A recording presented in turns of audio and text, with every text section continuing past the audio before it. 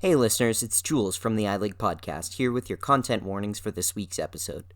This week there are mentions of drug use, addiction and mental health struggles, discussion of coming out and formative trauma, discussion of mental and physical disabilities, and discussion of parental abuse. The main topic in this episode is coming out, a process that every member of the LGBTQ+ community has faced in their own way. These stories are extremely personal and can be traumatic, which we discuss throughout. Take heed and enjoy.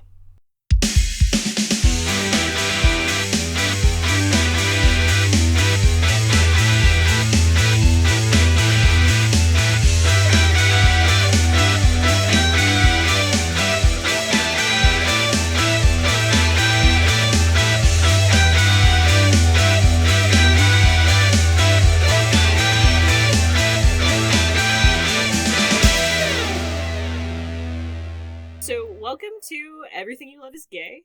We're jumping into a new media, and I'll be your captain for this adventure. My name's Shania. Do we have to call you captain? I will be calling you chef and nothing else. We can call me captain, and, we can call you chef. And then we can call Jem, admiral. No, Jem should be the chef. I'm chef. I made a baguette. Apropos of nothing, can I be a flight attendant? Only if you'll wear that little thing. I will be your concierge for today. Would you like any snacks?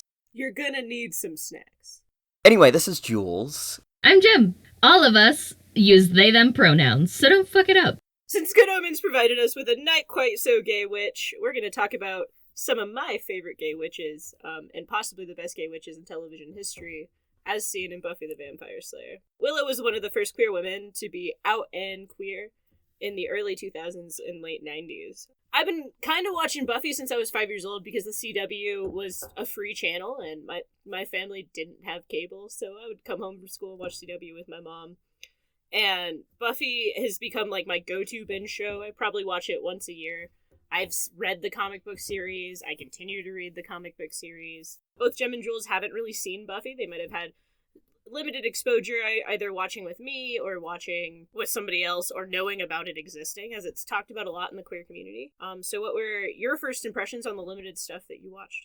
I knew about Buffy. I'd heard about Buffy the show. I'd seen bits of episodes while hanging out with friends, but I can't say I ever actually sat down to watch it until last fall when we started putting the pieces together for this podcast, based mostly on the episodes that you selected. But it gives me the opportunity to look at it through an exclusively queer lens, and it's so ahead of its time. I was blown away. I didn't even have that queer connection. I didn't know that Buffy was something that was so prominent in queer culture. So to be able to go into it and only looking at it through that view and being satisfied with what I saw for an early 2000s, late 90s show was truly incredible. And I had no idea Buffy represented queerness in such a real way, even if sometimes only in the metaphorical sense. They do a really good job. But fuck Joss Whedon.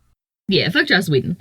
I haven't really watched Buffy either. I knew of Buffy, and I'm pretty sure that I have repressed childhood memories of watching Buffy with family members that I don't speak to. But I did not know at all about it being so prominent in queer culture. Like Joel said, I had no idea that Willow was even a prominent character. I didn't realize that there was a whole queer allegory in the entire story. And yeah, watching the episodes this past week for research purposes, I was like, oh my god, I am already really attached to these characters. And it's a very realistic allegory. It's a lot more obvious from Buffy's story than Willow's actual coming out is not like an I'm gay. It's, I'm with the person that I love and that person happens to be a woman. I was like, wow, I'm gonna cry. And I've only seen 3 episodes.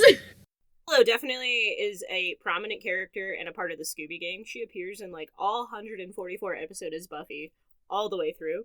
And then 3 episodes of Angel, this series, which is the spinoff. So she has a big story, but she isn't our main character. She's one of our plot support characters. But she has a lot of growth, a lot of depth, and a lot of tragedy as well. We're mostly gonna be talking about her queerness as a whole, queer themes in the first 2 episodes overall, particularly the coming out stories that show, like Jem said, Buffy's metaphor and Willow's actual coming out. So there's quite a few different media types for Buffy. First originated with a 1992 film created by Joss Whedon. Maybe that's what I saw. That might be what I saw with family members that I repressed. It's terrible. But Buffy the Vampire Slayer is an American supernatural drama television series that was based on that 1992 film.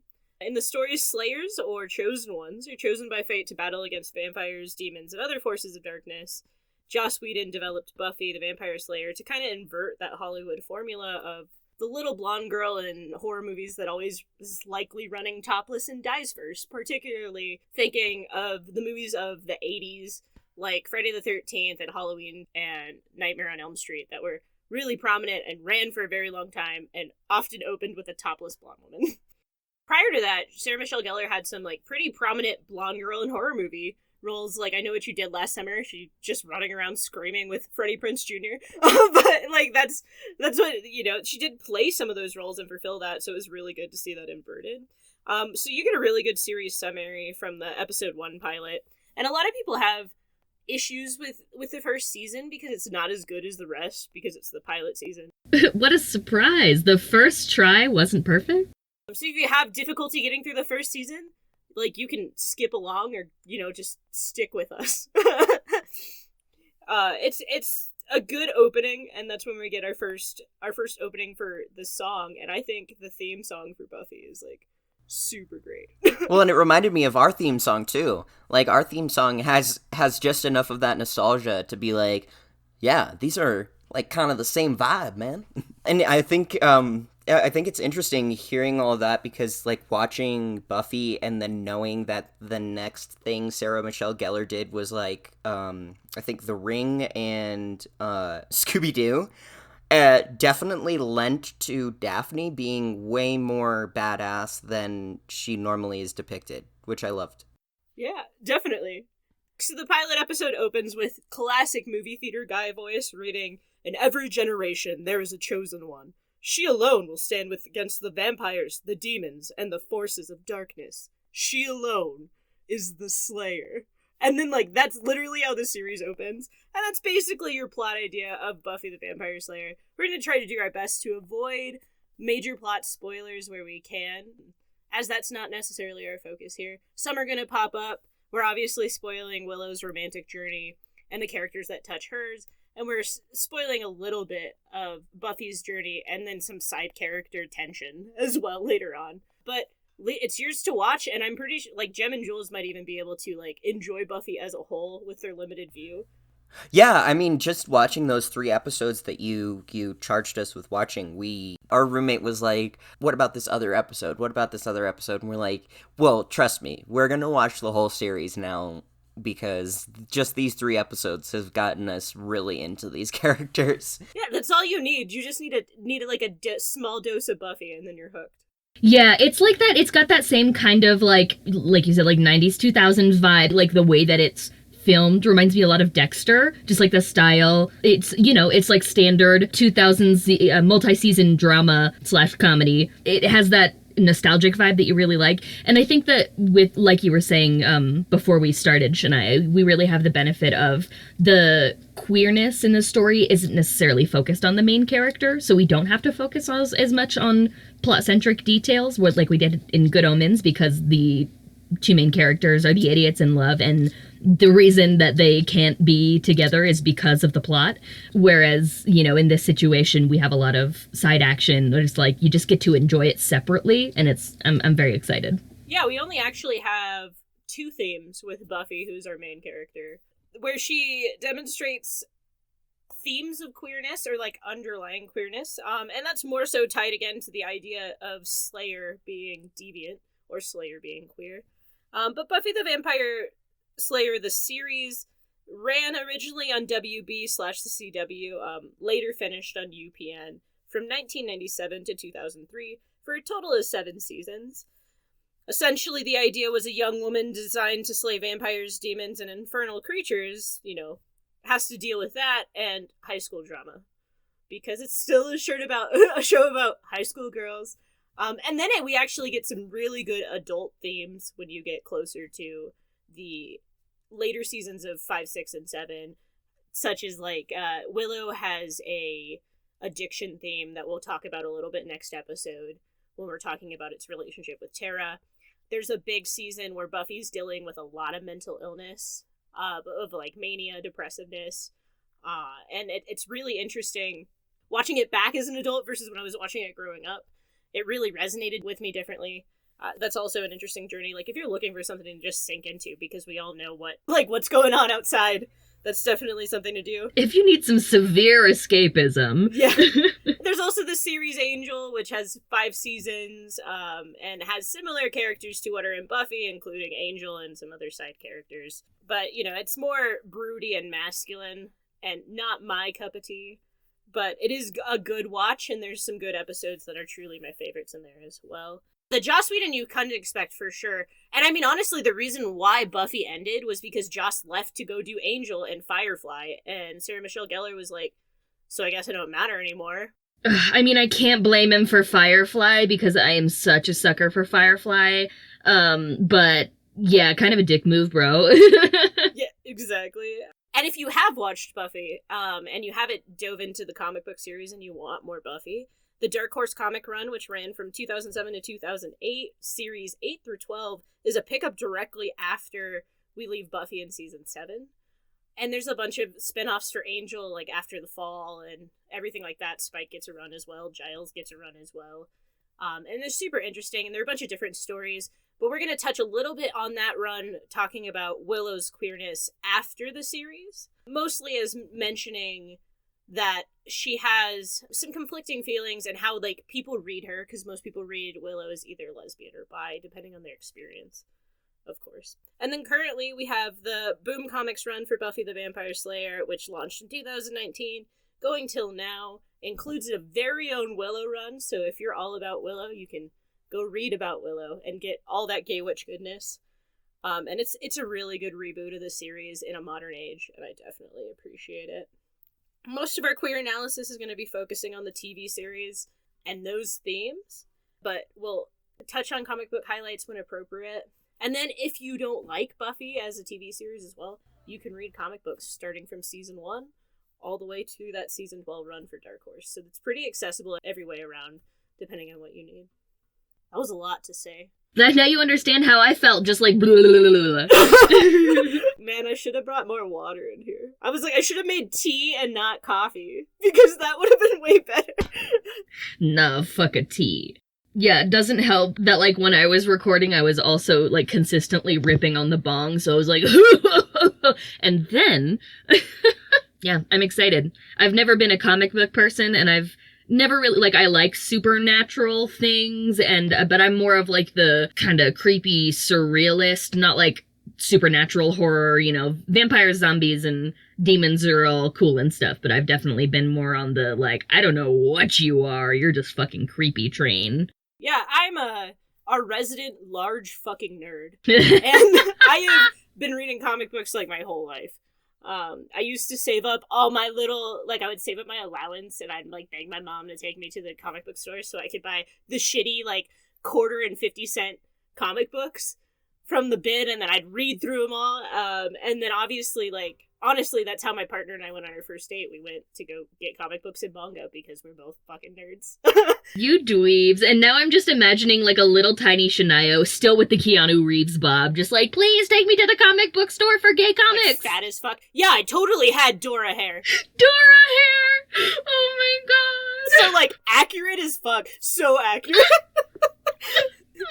I had the bangs and everything. It was a whole experience. Every Asian kid ever has either the bowl cut or the Dora hair if you're a girl. And you know what? Go check your scrapbooks, because you probably have one. Yeah, but comic books, the comics are beautiful. Like I particularly like that comic books give us a chance to follow specific characters that we want, and that's seen in Buffy as well. If you're just hot for Giles and you like that hot librarian action, you can go read Giles as a young angsty teen when he was Ripper, just doing bad magic stuff. Oh, that's you're appealing to my interests now. You're talking about a nerdy, repressed gay doing action shit. Okay, let's talk. See, exactly. See, like, the Buffy series definitely has something for you. The number of times Jem saw Spike on screen and was like, that's Crowley. That's Crowley. TV Crowley must have been big inspired by him. Oh, Spike 100% is my favorite. Big goals. And I have, let me find it, this very delicious... Move it up a little bit. Oh my gosh. Wow. He's just like, in his cloak, just licking blood off his knuckle. That's the shit I'm into. That's the shit I'm here for. And it's like my favorite. It's my favorite. That makes sense. And like, the thing is too, is that you don't really have too much context on Spike, but he was like a old mid-century poet that got turned, and his name was William the Bloody because he was so fucking bad at writing poetry that everyone hated him, including his own mom. Oh no, I love him! I'm attached. Like, he turns into this badass crust punk, right? Yeah. And he like sings Dead Kennedys and everything like that, and like he's fucking like... Did you watch the scene where he straight just punches a cop? Yes, when he said ACAB. Yeah! I was living. I lost my mind. I was like, oh my god. And then he starts talking about how he loves the world and he likes people. And I was like, Crowley vibes! Crowley vibes! Yeah, definitely. So, like, this episode, we're focusing primarily on our coming out stories and the themes that we see of coming out in Buffy, right? And the first time we kind of see that is both in a two-part, when Buffy herself comes out to her mom as being a Slayer, and when Willow comes out to Buffy as being queer. For this purpose, we're really gonna look at Slayer in Buffy's coming out as meaning queer, as a direct queer analogy. And we'll kind of discuss that theme again later on in our third episode, when we talk about my favorite episode of all time, Bad Girls, between Buffy and Faith. So how did you think that the coming out stories were told in this, based on what you saw? I mean, the Slayer coming out story was very on the nose. We were sitting there like, Jesus Christ, like, felt that. Especially the part where Joyce just, like, keeps going, like, have you tried not doing that? Yeah. It's because you didn't have a strong father figure. It's like, oh my god, shut up, Joyce. Yep. Yeah, it's just, Joyce is literally the white suburban mom of all white suburban moms. And we definitely see that all the way throughout. And I mean, of course, that makes sense because Buffy's supposed to be, like, the typical teenage girl who just happens to be, like, super fucking powerful. Yeah. So the episodes were mostly that Gem and Jules are referring to first with Buffy's coming out story is Season 2, Episode 22, Becoming Part 2.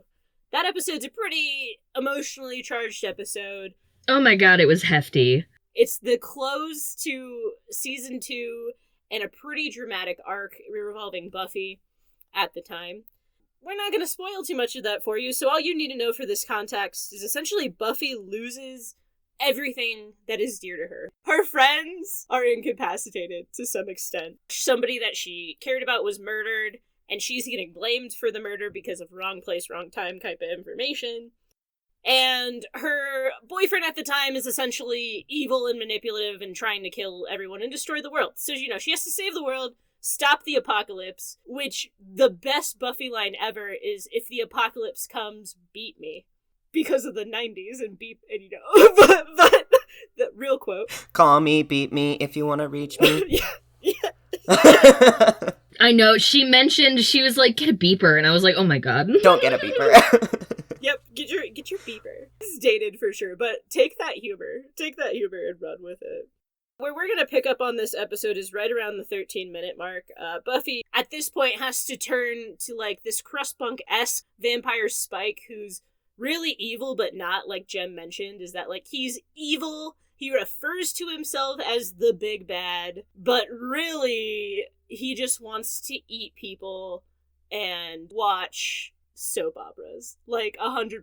Oh my god, the mean one has a soft inside. It's my favorite trope. Spike is my favorite character, and Buffy is the reason why I'm deeply seated in my bisexuality, because Spike hits my desire for shitty men, and Faith hits my desire for shitty non-men. I honestly just probably have bad taste across the board, and got lucky once. Get you some therapy, bitch. Unpack that somewhere else. Yeah, So we see the coming out story really start at the 13-minute mark. Buffy's approaching her house with Spike, Because they need to plan and collect some goods to stop the apocalypse, which Buffy keeps either at her house or at her school because she's a high schooler, and where the hell else do you keep a bunch of weapons and sharp, pointy sticks? That her mom never found. That her mom miraculously has never found, or just denied ever recognizing. Because if you don't see the gay doesn't exist. It's literally like your mom walking in, looking at your phone, being like, those are some concerning texts. I'm gonna pretend I never read them. Yeah, like your mom knows that you've been having a lot of sleepovers with your best friend. And your mom knows that there's not a lot of sleeping happening when you're with your best friend. But because of comp het, she thinks that you're probably just watching porn with them to experiment. And that's a happier thought than thinking that your child is gay. God, moms need some help. Yeah.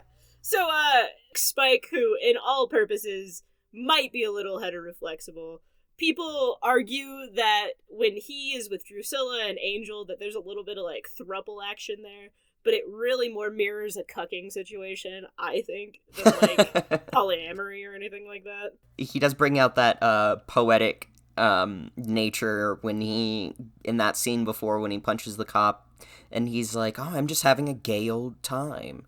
And it's like... Yeah, exactly. And he's so aggressively British. And James Marsters plays Spike. And James Marsters, arguably, I think, is a pretty great actor around for what he does. You might know him as Piccolo in the terrible Dragon Ball Z movie. Yeah, but he's in some TV series, probably on the CW. I don't know, but Spike really serves as our obvious gay friend in this theory that he's our deviant that is outing Buffy by being around her. So they walk up, and essentially Buffy's mom's wigging out because the police talk to her, and she's a white suburban mom. Oh, the police are not going to talk to me about my darling Buffy. We're white. She doesn't have the experience or the understanding that Buffy has, that the police in this town, in her case, are either incompetent or incapable to handle what she has to handle. There's a legitimate quote in here that I put down that says, the police in Sunnydale are greatly stupid. But Spike essentially outs Buffy. We see this type of incoincidental outing, which has probably happened to most queer people. And he's definitely that androgynous friend who you, like, can't tell your mom that he's not queer because it's so obvious. Spike goes, what, your mom doesn't know? That you're the Slayer is his implication, but that you're gay is also the implication here as well. Buffy tries to recover this by saying, in a band. Oh my god, Buffy. Yeah.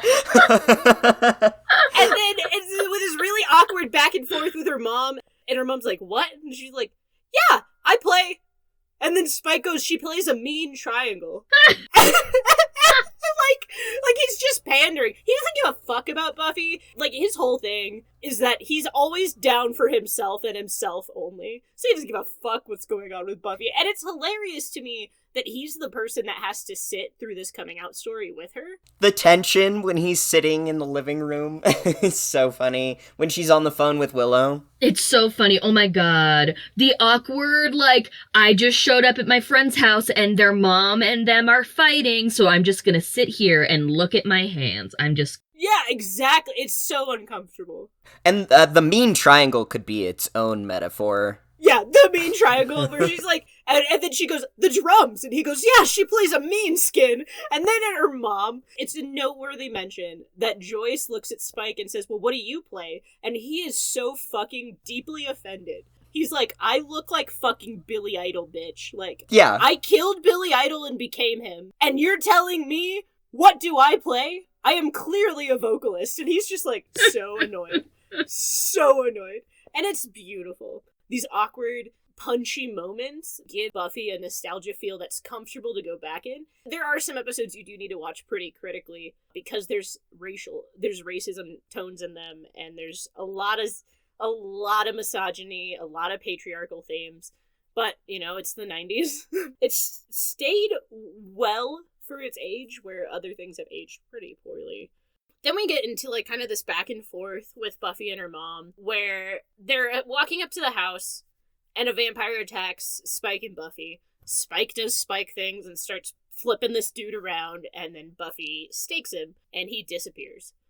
And Buffy's mom literally cannot understand what is happening, and her brain just shuts down, and she just starts irrationally babbling and, like, essentially running around the house, because, like, she can't functionally think that her daughter is anything outside of the stereotypical teenage girl that she thinks she is. And what is interesting is that if you do watch the Buffy the Vampire Slayer movie, it is kind of serves as a prequel to the series, although it's pretty terrible overall.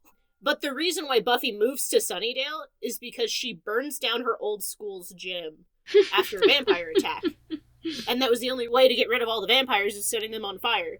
And because of that, she got expelled, so she had to move to Sunnydale, and her parents separated. Okay. And, like, so, like, her mom knows. Yeah. Well, and isn't that interesting how our parents would rather us be criminals than queer? Her mom's like, she's just an arsonist, it's fine. Yeah, exactly. She would much rather have Buffy be just a girl who's troubled and an arsonist, and instead of just maybe being gay. I think it's also worth mentioning that after Buffy stakes the vampire, Spike and Buffy have the most casual conversation, which is exactly what happens when you're, like, with your queer friends, and then you're like, oh, wait, my mom doesn't know that I'm queer. Oh, yeah. I shouldn't be talking so openly about this. And then Buffy turns to her and she's like, I'm a vampire slayer. And her mom's like, oh, what? Oh, what? Her eyes, like, shoot out of her head. Yeah, she just starts losing it and, like looking at the camera because, like, she straight does it and it's paused and it zooms into the camera and her eyes just get big and she tilts her head to the side while she's looking at it like, you are what? And then, like, the literally mom of the not in my vampire house. is literally read this exactly as "Mom, I'm gay," and setting the scene that the idea of the Slayer is gay here is really where we see a coming out story that probably every queer person has experienced. Maybe not with their mother, but at least with somebody in their life, because not everybody accepts you when you come out, and you basically decide if you want to pick yourself or if you want to pick these people. And you know that process is different for everyone. But here we see that Buffy legitimately cannot change this aspect of her. And Slayer is a great metaphor because she was born this way. This is a thing that she was born. She has this power. She can't get rid of it. And she can't ignore it. Because if she ignores it, it's literally dangerous. Which is a pretty good analogy for queerness. And Buffy keeps this secret, right? From her mom. She's kept this secret from her mom since she was 14 years old, essentially. 14 years old is the first time that a watcher approaches Buffy, which is, it's like, it happens like super later in the season, and she's essentially like sitting on the steps looking like Cordelia, like a stuck-up high school girl, and she pulls out a sucker in a wrapper and puts it in her mouth, and she's like, who are you? And he's like, I'm your watcher, I'm here to take care of you, and she's like, no thanks, and just walks the fuck away. She just doesn't care. She doesn't have time for him. So, like, she's known that she's got disabilities, and she's known about this happenstance for a while. There's all these things that her mom's been ignoring over these last 2 years, and Buffy really kind of recants on that. On how, like, she has mysterious circumstances and disappearances, or she'll come home at some ridiculous hour of night, and she's a teenager. Her weird relationship with her librarian.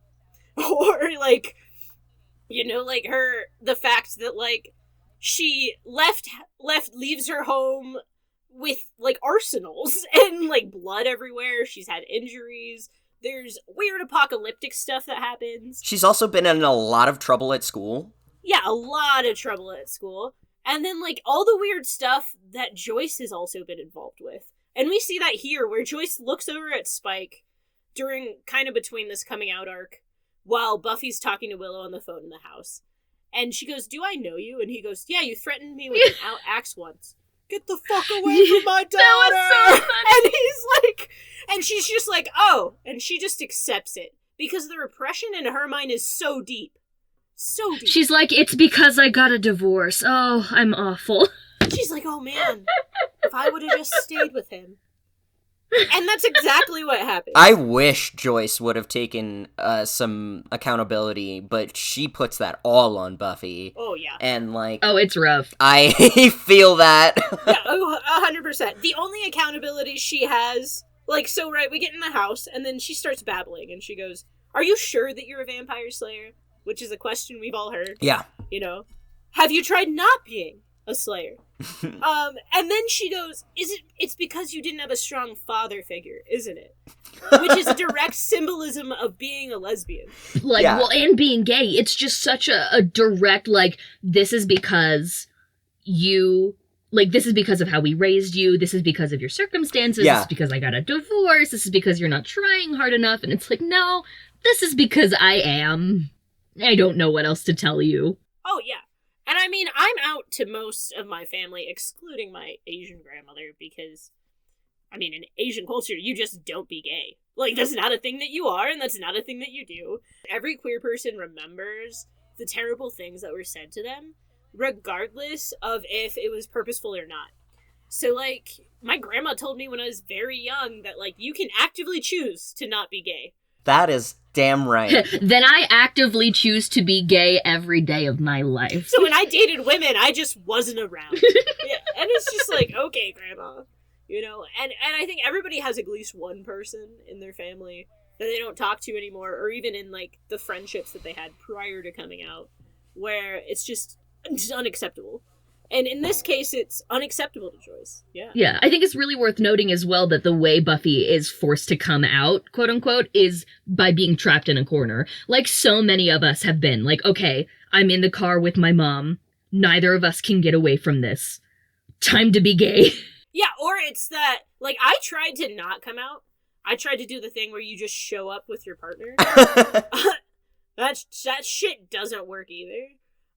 They're just gal pals. Yeah, they're just like, "Oh, you just brought your friend?" And I'm like, yeah. Sure. Yeah. I apparently came out on social media. And I say apparently because I wrote this thing, it was 2016. So I wrote this pleading thing like, please don't put that man in office. And I was like, you know, I mentioned one of my cousins who had just come out, and I mentioned, like, my friends, and at that point, I was out to my parents, but I wasn't out I hadn't figured out the gender thing, so it was just my sexuality, but my aunt, apparently took that as the signal that meant that I was gay, and that was my coming out, and so the entire, maternal side of my family came to know that through that post, but thankfully, they took it well. It was just not my intention.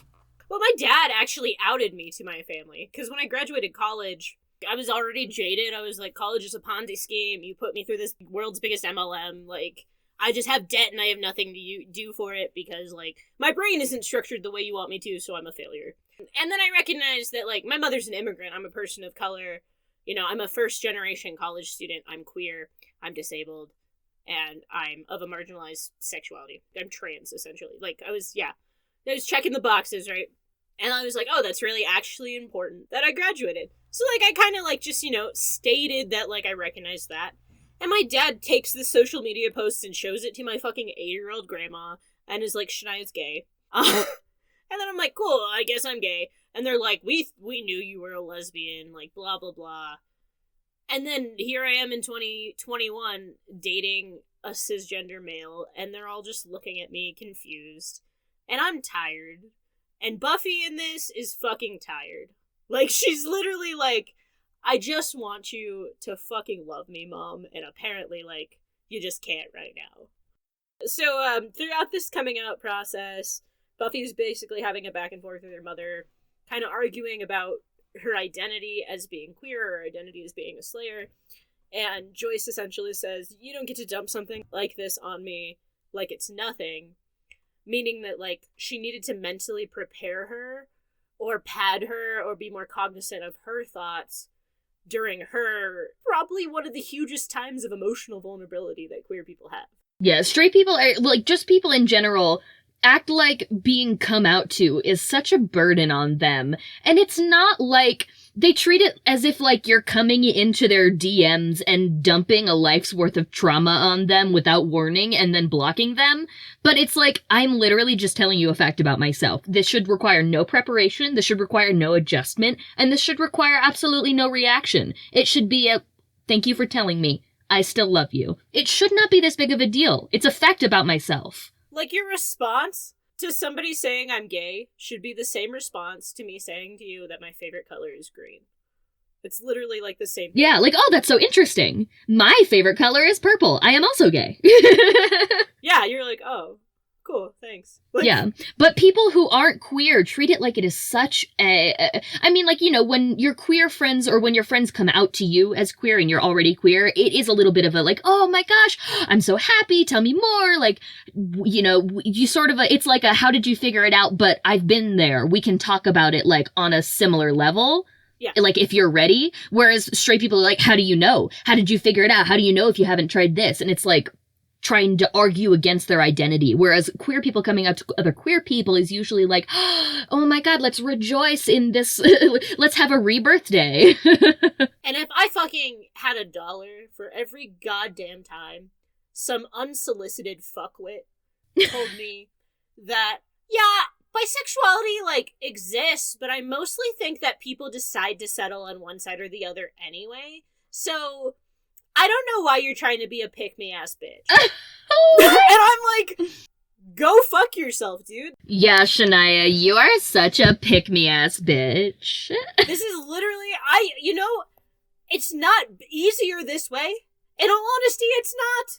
It's fucking terrible. You know how terrible it is to be, like, begrudgingly attracted to men? Like, like, it's just, like, it's, like, recognizing that men are attractive, but then, like, a jackass comes up to you and is like, hey, baby, you'd look so much hotter if you grew your hair out. Like, being a bartender for how long, and being a server, and working in the service industry for as long as I did, it is disgusting, the type of shit that straight men say to you, particularly older straight men, because they just think they're entitled to your body. And to be begrudgingly attracted to men has been the difficultest thing of my life. Like, I'm like, honestly, if I was just gay, at least I wouldn't have to be, like, afraid of the fact that, like, if I do date this man, am I gonna be in danger? And then, like, putting your non-binary identity on top of that, right? And my non-binary identity has been an issue with everyone, not just men. Like, it's been an issue with women I've dated, it's been an issue with trans people I've dated, and it's been an issue with other non-binary people I've dated, because I don't meet their standard or their ideal. Imagine being non-binary and telling someone they're not non-binary enough. Holy fuck. Holy shit. The audacity.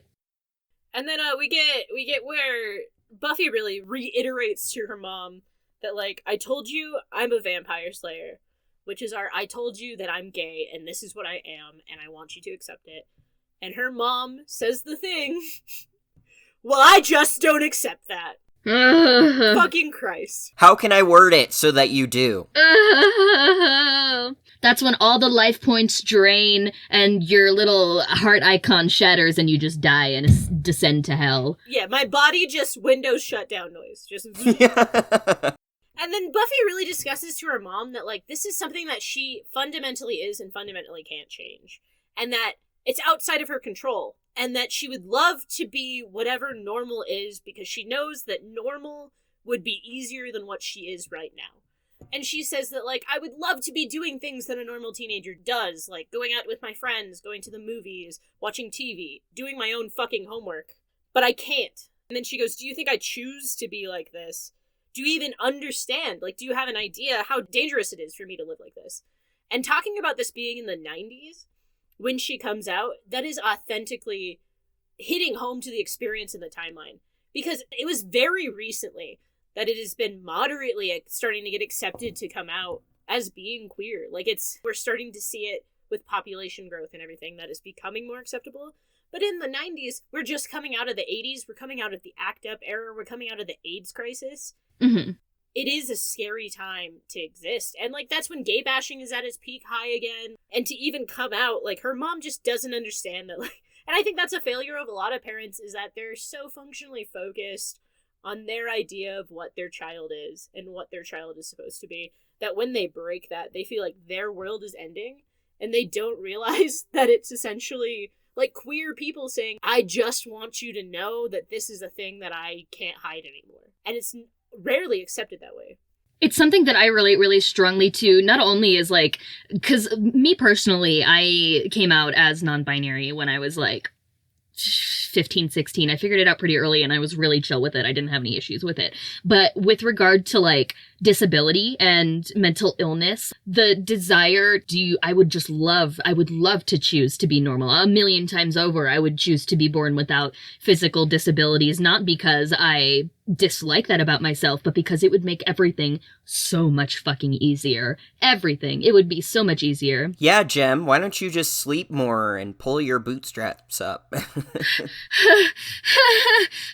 like, yeah, and I understand. I would love to be, like, the type of person who doesn't have a mental breakdown because they dropped pasta in the sink. And that's just where they're at. Exactly. Like, I would never choose not to be queer. I love being queer. Everything about being queer. I'm very, very, very privileged in the aspect that, like, my parents took my coming out relatively well. I was not threatened. There was a little bit of, I don't really understand, and I don't necessarily want to hear about it. And I absolutely recognize that. I'm very privileged in that. But I a million times over would choose not to be disabled, because the struggle that people with disabilities face is just, I mean, it's the same thing. She's like, I have no choice in this matter. It would be far less lonely and less dangerous if I was completely abled and not burdened with this situation that I have to deal with every day. Oh, and less dangerous, for sure. Like, that's the thing, too, is that having bipolar disorder that I have, like, it's dangerous on both sides. And it was misunderstood throughout most of my life. And I can't take medication for it because, you know, allergies and all that cool shit.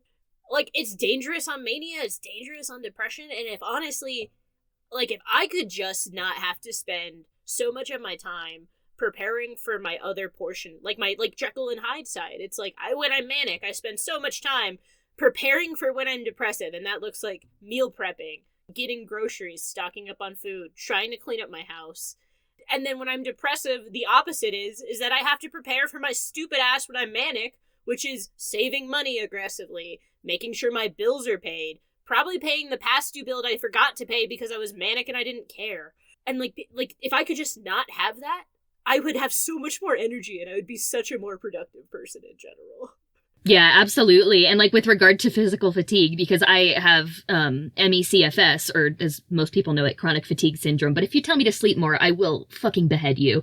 Myalgic encephalomyelitis. Don't call it anything else in front of me. It's detrimental. I will never, ever, ever, ever, ever have enough energy in my life to do what I want or need to do. And oh no, I might cry. Sorry. Quarantine is making me realize that I don't have the physical ability to work even a part-time job and also be myself. Like, I have to, like what you were talking about, Shania, when I have the spoons, I need to get up, I need to prepare food, I need to make sure that I am taking care of myself, because when I crash, I'm gonna be in bed and I'm not gonna move or do anything for days. I'm gonna sleep the majority of the time and I'm gonna be miserable, and I'm not gonna be able to take my dog out as frequently, and I'm gonna have to ask Julian to do something for me, and that's really taxing as well on my mental health. It's just like, it would be so much easier. And so yeah, watching the scene with Buffy was like, oh, I've watched approximately 30 minutes of this television show and I am gonna cry. Yeah, it really hits home with a lot of experiences of any type of deviance. And to be honest, like, any type of deviance that isn't what we are told is the good and right thing, which is usually like being cisgendered, heterosexual, you know, usually being white, being able-bodied, you know, having nothing that's working against you systematically, and operating within a system that's stacked against you is very difficult. I had lost or had to leave so many jobs just because, like, of a mental breakdown. Same! It is what it is. And, like, I just happened to be fortunate enough that I found one that I was able to have enough freedom in that I can actually deal with it. It's really difficult to get to that point, and for a lot of people, they will never receive it And it's just, it's very interesting that, like, Buffy's mom and this whole experience, what we notice when, like, your parents have a difficulty with your coming out, or somebody has a difficulty with your coming out, after they kind of stew on it a little bit, they often blame it on you still.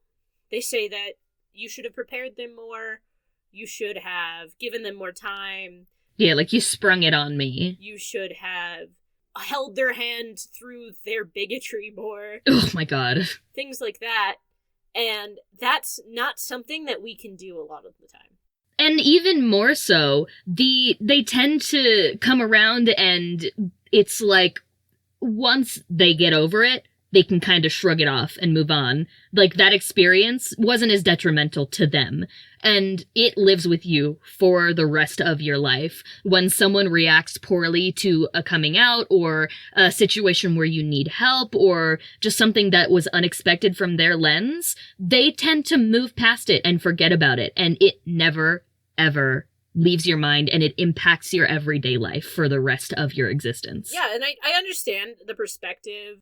And I did some research into how other queer people have received Buffy's first coming out.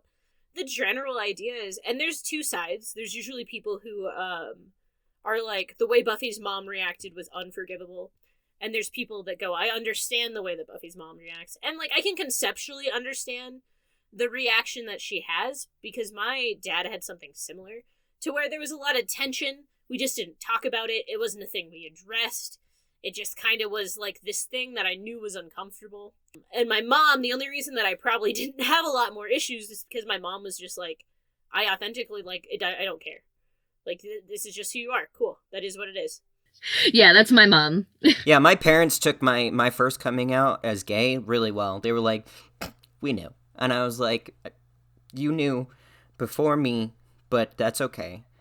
But coming out as trans was a whole nother story. Like, I saw this post the other day that really resonated with me, that was like, you know, we always talk about how parents have to, like, mourn their child when they come out as trans, but we don't talk about the trauma in having your parent tell you that they're mourning who you used to be. You're the same person. I don't change. My shell might change, but, like, my content of my character is still there. Like, I'm still me. And will possibly be happier and more enriched and enthusiastic about life. Like, I fell in love with Jules pre-T, and I have been with Jules through pretty much this entire medical transition anyway. And I just see them get happier every day. And despite the little things that I personally have to overcome, because everyone has mental blocks. It's a human reaction. Like, I was talking with our roommate the other day, you know, you can have an initial feeling, and then you can control and have an initial reaction. Like, shut your mouth while you process. Everyone has to process. You're not wrong for needing to process a situation. You're wrong for processing that situation poorly at the person who is vulnerable with you. And, like, it's different to say, this is a lot of information that you're giving me at once. Is it okay if we pause and check back in after I get some time to process it? That's an appropriate response. I love you. I just need to take a minute. Saying, you're giving me too much stuff, like, I can't do this, it's unacceptable, like, no, is so detrimental. Joyce threw a glass, and she says, I am your mother, and you will make time to explain it to me.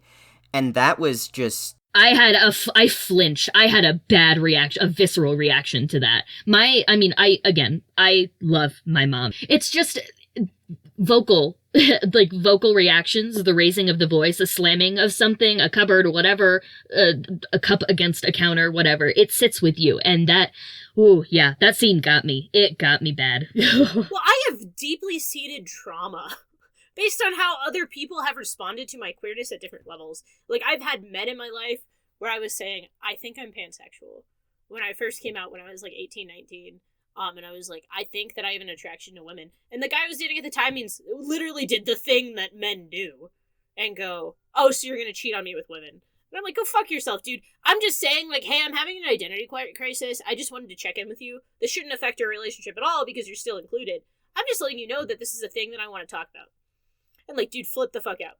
trauma there, right? Yeah. The next shitty man I dated, right when I was 19 still, like, it got to a point where, like, I was so tired of crap men that I told this dude, I was like, I'm a lesbian. Like, I'm just straight up a lesbian. Yeah. And he was like, yeah, but I thought I was your unicorn. And I was like, ew. You thought Ew. what? Ew. You thought what? Ew. I was like, no, not at all. And then, like, right, I come out and I'm like, I'm queer. Cool. That's good. That's awesome. Good for me. Nice. And then, like, I'm living my life as what I think is a cis lesbian woman. Through college, I'm like, the stereotypical Willow is me. I went to college and I got gay. And Mood. And that experience also was turbulent. And then as soon as I thought I figured out my sexuality, I ran face first into a fucking brick wall with gender issues spray painted on it. Yeah. And it, like, took me out. It took me out. And, like, the thing is that my current partner now is the first person in my entire dating life, and that includes everyone I've ever dated or, like, hooked up with or whatever, where I have been able to be functionally myself and I've had no issues. And the thing that's interesting, too, is that when my partner met me was at the beginning of that story, when I was 18 years old, dating that shitty-ass man and coming out as pansexual. It was when he met me. And he's literally met me as a supposed straight woman, saw me try to come out as queer, saw me go through all that shit, and then later meets me with all these weird, like, gender issues, and I dress like a fucking dyke, like, 50% of the time. And he's just like, literally all I functionally want is for you to be comfortable and you to feel happy in your own body and your own skin. And that's literally the answer. You're like, what? What? I'm like, what? And then, like, the thing is that, like, I had been chasing that for the last, like, 10 years of my life. And at 25, I finally have it. Like, what? And, like, that's the insane thing, too, is that until you find the person that makes it make sense to you, you think the problem is you. But it really is the other people. And they don't recognize by saying things like Joyce says to Buffy, where she's constantly blaming Buffy for these issues, that we are internalizing all of that information. And that is going to be with me probably forever. Yeah. Every day, forever. Talking about problematic men. So you've seen Xander in a handful of episodes, because you watched the full Halloween episode, from my understanding. And it sounds like you watched most of these episodes all the way through, probably paying key attention to the time slots I gave you. Yes. I sent you that Tumblr post, which was an exact explanation of how I feel. Like, Faith is the mean bisexual, the mean lesbian is Willow, like, super mean later. And then, like, Xander's just the shitty cishet man who's there because. Yeah. And Oz is our short king. No, truly. and that does it. It's great. It's beautiful. Yeah, Xander especially pissed me off in season 3, episode 2. Just the way he commandeers that conversation between Buffy and her mother, which shouldn't have been happening in that room anyway. But Xander's just like, yeah, Buffy, why are you being shitty? You know your mom really suffered. And she's like, she kicked me out of the fucking house. And they're like, yeah, but you left. And it's like, what was she supposed to do? In front of everyone. In front of her whole high school? Yeah. The end of our season 2 episode of our coming out story essentially ends like Jules slightly mentioned when we started to get into Xander, with Buffy leaving the house. Her mom looks at her and says, if you walk out of that door, don't even think about coming back. And Buffy goes, I can't stop being gay, so I guess my option is I need to go. And that's the thing that I personally faced, having a very conservative father. When I literally did not come out until I was 100% sure that if I had to move out that night, I had a safe place to go. And I had enough money to get an apartment within a month's time if I needed to. And I knew how to take care of myself. Because that is legitimately the fear and the experience of queer people. Is that you are in this household environment. And for me, like, I was 19 in 2015, which was when gay marriage was legalized. And all I could hear is my dad listening to conservative talk radio and conservative voices like Rush Limbaugh and fucking Sean Hannity talking about how gay marriage challenges the sanctity of marriage in the Christian church. And all I could hear is that my dad's affair with the invisible sky daddy is more important than me possibly having happiness ever in my lifetime. And that's what I fucking read that as. So I had to make sure that I was safe. And that's essentially what Buffy is like, I have to leave and I have to figure my shit out. What you guys don't see is the episode before, season 3, episode 1, shows Buffy in LA. She's essentially working as a waitress, has a studio apartment, and trying to make it on her own and trying to live. And she does it moderately successful, but then it gets to this point where she meets somebody that she knew prior when she lived in Sunnydale who said, what you were doing in Sunnydale was so impactful, and the people that you had there outside of your mother were so impactful that I think you need to return. So she ends up returning to Sunnydale in our season 2 episode. And that's where we see kind of like this fallout of what happens when you return to your family after coming out. Well, and I think it's a really important thing to mention that, that someone said, like, you're making an impact, because I think that's something that's kept me going, no matter what adversity I've seen as far as people pushing back about the way that I identify or the way that I talk about the way that I identify or anything regarding queer adjacent politics. I've been threatened. I've had taunting voicemails. I worked with someone who wanted to hurt me. But whenever I hear someone say, like, you are doing so much to help other people, and I'm not tooting my own horn, like, I've heard that before, it makes it all fucking worth it. And knowing the impact that I can have on other people and just in being myself and, like, being honest about that is the greatest gift of queerdom I never expected, Yeah, like, we took on a lot of bullshit, and I mean, generations before us took on more bullshit than us, right? Every generation has taken on their dose of the bullshit with the climate so that the next generation has it easier. And what we're starting to finally see is that there is youth that is so comfortable with who they are at like 12 years old, and it's the most beautiful thing you can ever see. Like a firmly seated queer child is like beautiful. Yeah, like TikTok is what it is, and it is annoying, and there are a lot of unfortunate trends. We will put that out in the air immediately. But to see all of, oh my god, like younger than we were when we came out, like these kids that have just like have parents who are helping them go on hormone blockers, who are, like actively out and themselves at this young age, who have parents that are like actually understanding, or parents who are queer and were the previous generation of LGBTQ elders. And it's, I mean, like, I'm about to cry again. It's, like, to see all of these Gen Zers and others just like pushing forward and being better than we were and are my mind is blown. I would even say, because like I look at your story, Jem, and I'm like, to be able to know that you're non-binary at 15, I wish I could have figured those things out earlier, because it really took me being exposed. So I grew up in California, and really in California, it's painted as this very liberal place where anyone of any color or sexuality or gender can exist in happiness, but it's really not like that. And a lot of what I experienced was very cis male, gay centric. So my understanding of the queer community as a whole was isolated to this one faction. What I call it is the gay bubble.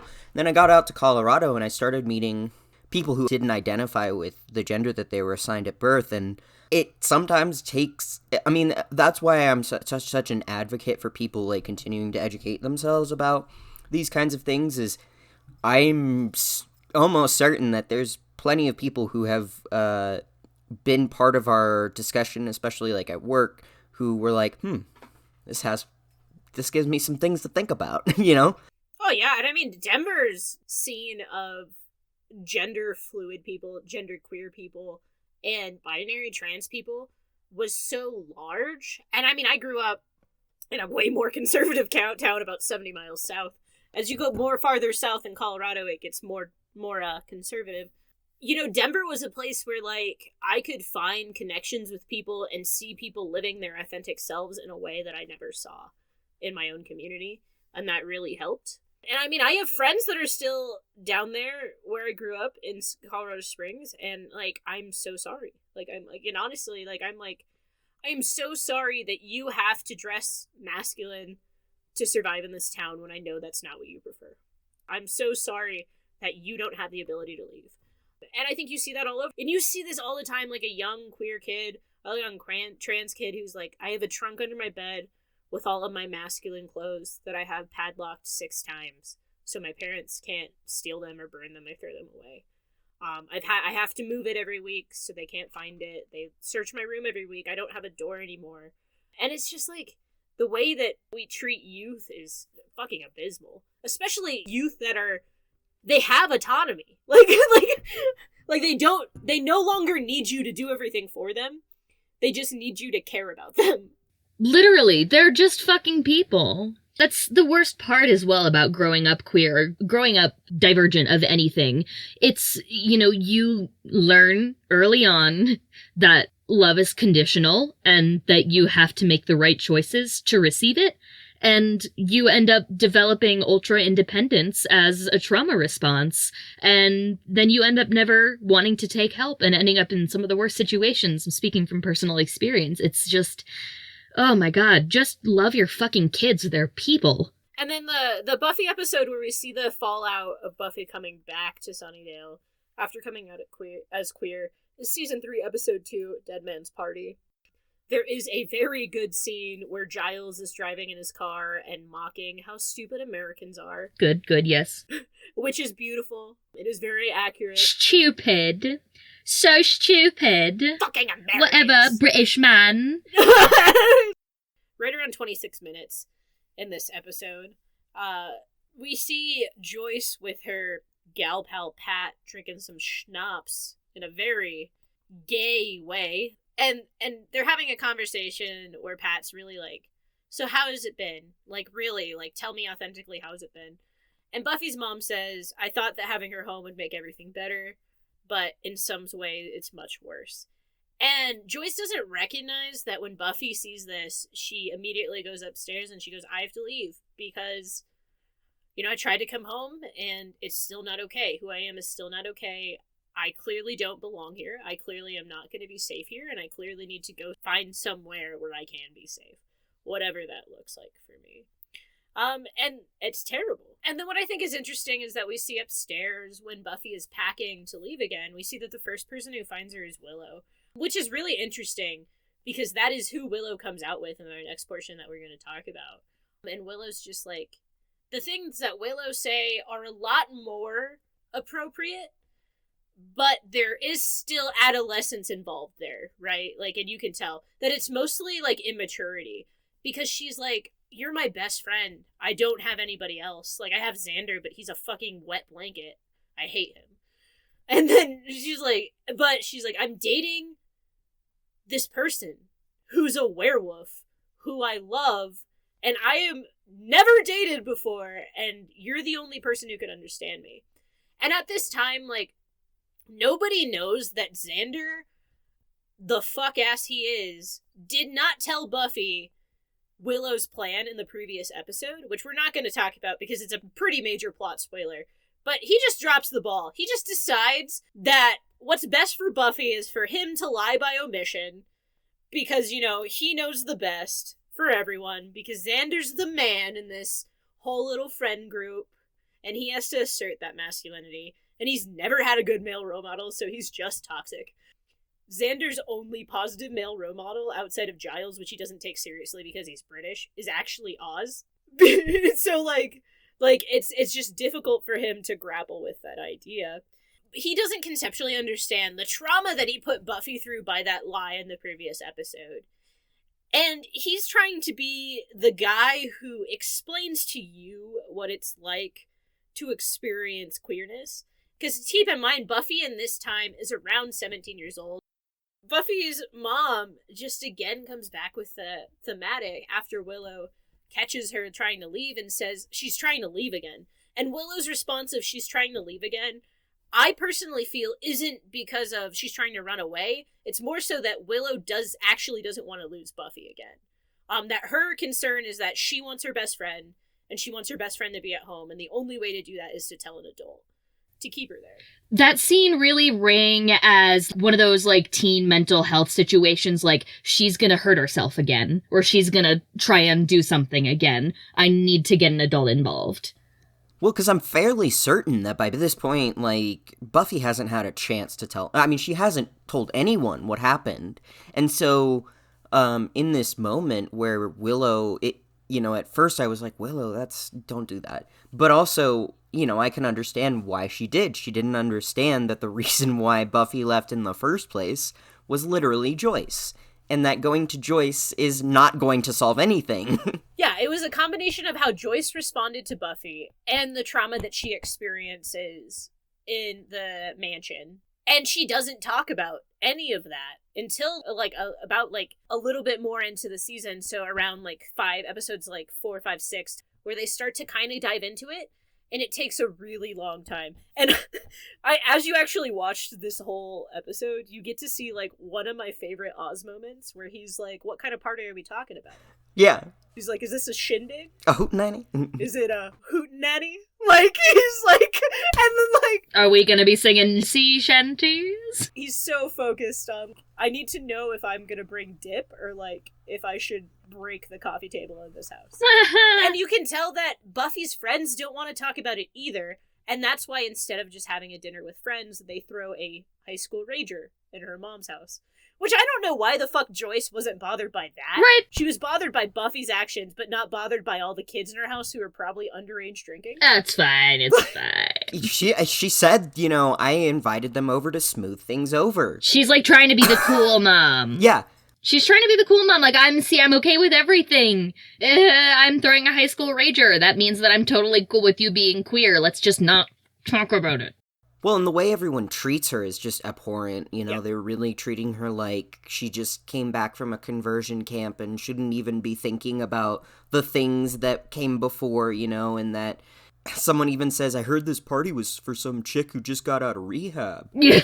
Oh my god. They literally don't care about her side of the story, it seems, her mom has just weaved this story about my daughter abandoned you all and me, and now she's coming back, so we're gonna have a party because the best way to break the social ice is to bombard someone. But I do know that there's a connection time with Giles, and Giles really is the only father figure that Buffy has, and he really says he's critical with her. And he's like, yes, do I think that your actions were stupid?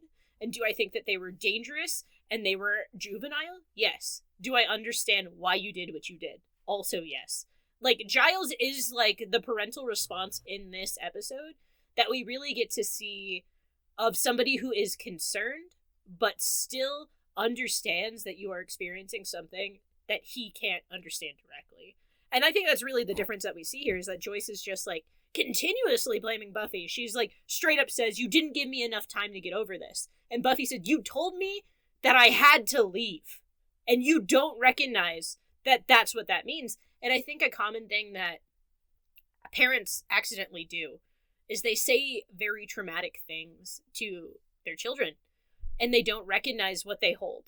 Or they do it to purposefully scare them, because that reads Joyce is if you walk out of that door right now, that reads as a threat to me. Don't do it. Don't walk out that door. My notes for that Giles and Buffy moment is Giles is such a good gay uncle. I just wanted to put that in. Yeah. Some refer to him as gay uncle work dad. Gay uncle work dad. And there actually is, you do see a storyline where Giles actually gets kicked out of the Watchers Council because he cares about Buffy more than he cares about his duties. And they're essentially drug the shit out of this young girl and go put her in danger, and Giles is like, fuck you. Go fuck off. Aww. A good mentor. I'm soft. He's literally, up until, later episodes where the writing kind of gets sloppy for him, Giles is a pretty good masculine role model and male representation of how to interact with people of varying identities. Yeah, well, and I even say, the reason I wrote Good Gay Uncle is because when I watched that scene, I really saw him as this parental figure who was not her parent, who she was that one person that she could go to who understood how she felt. And he's like, I respect your choices. I've been there.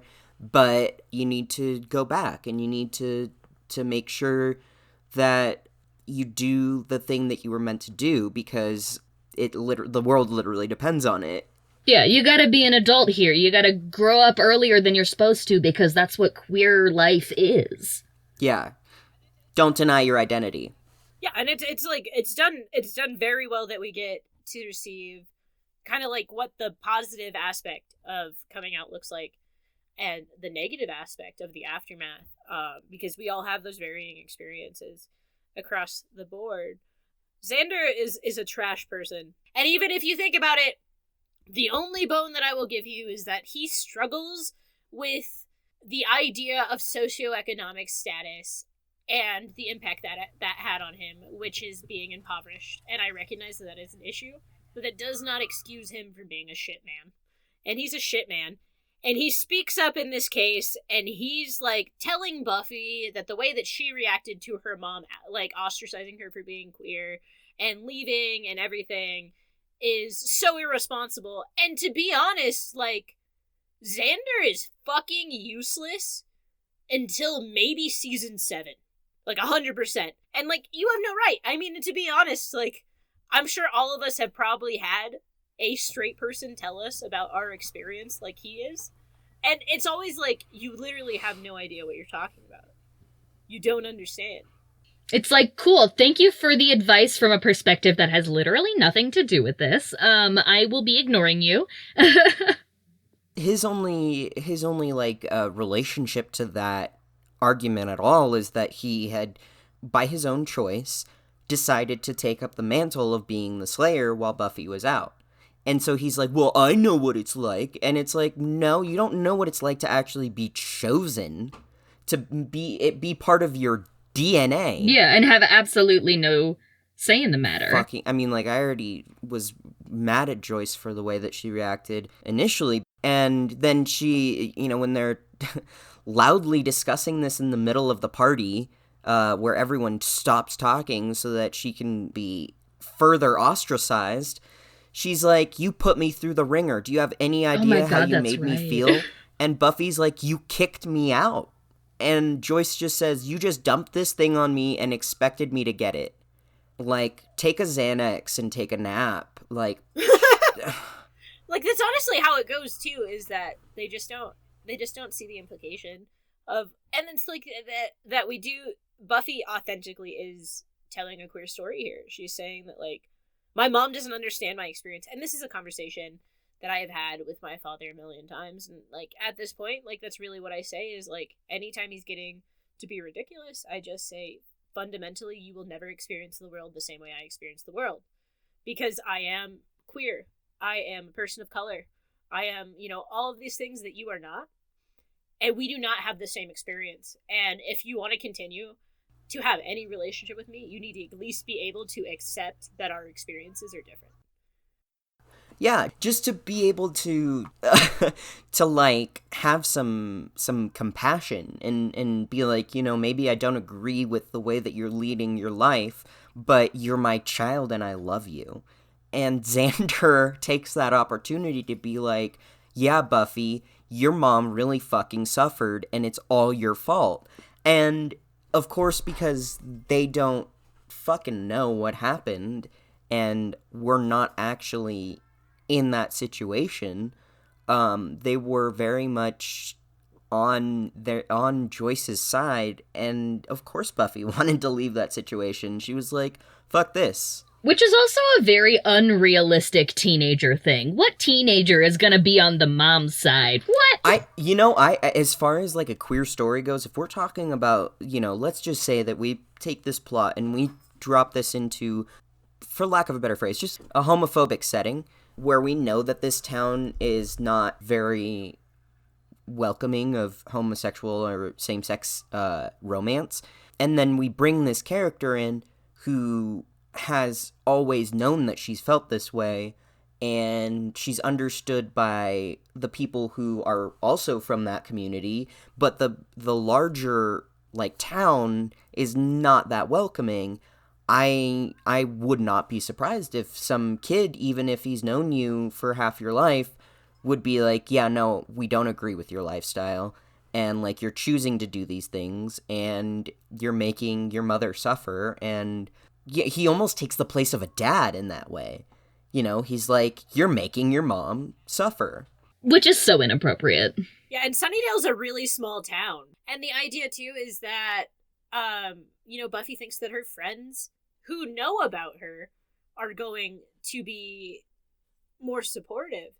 And it's not surprising to me that you do see this polar opposite type of difference where where Willow is just so concerned about Buffy, and that's where her focus is. She's concerned about Buffy, and she doesn't really know what the queerness means, and she's like, we'll address that later, but I'm concerned about you. Where Xander is concerned about how Buffy affects him, because all he cares about is his personal life and what this means for him. Where Willow is also kind of coming from a selfish place to an extent by saying, I want my best friend home. But also, it's a selfless sense where she's like, I know here you're safe. When you were in LA by yourself, I had no idea where you were. I couldn't write you a letter. I couldn't call you. I didn't know what to do. I thought you could have been dead. Was really like Willow's positionality there. And that's interesting because like when you come out, particularly in high school, you have friends that will never talk to you again. Or you have friends that will out you to everybody in your high school. You have terrible people because, I mean, adolescent friendships are just that. They're very juvenile. They're adolescent. You don't understand the implication. And I mean, to her credit, Cordelia tried to be in Buffy's shoes. She literally was like, put yourself in Buffy's shoes. And she didn't make it things better. But, she was at least trying to express some sort of empathetic something. Like, Xander literally just came on the attack. He was like, oh, we're going off on Buffy? I want to go off on Buffy. Yeah, where Cordelia was more like your cishet best friend who has no idea, conceptually thinks, like, vaginas are gross, even doesn't like her own vagina, and is like, you want to touch vaginas? And then she's just like, let's think about what Buffy wants. And then all she can think about is vagina. Yeah! like, she's like, actually, I can't put myself in Buffy's shoes. Yeah, and Buffy was literally like, all right, Cordelia, take my shoes off. Well, that concludes our first episode of Buffy the Vampire Slayer. We have a lot more of gay shit to unpack, and a lot more gay feelings to unpack as well. You can follow us at Instagram at everythingisgaypod. You can follow us on Twitter at EYLIG_podcast. And then I would like to give a special mention to a fantastic poet in the New York area, Liv Maman. You can follow her on her social media at Twitter under LIV_MAMMON. And on Instagram at LIVMAMMON for some awesome queer poetry and some disabled poetry as well. Yeah, enjoy your gay and have a happy day.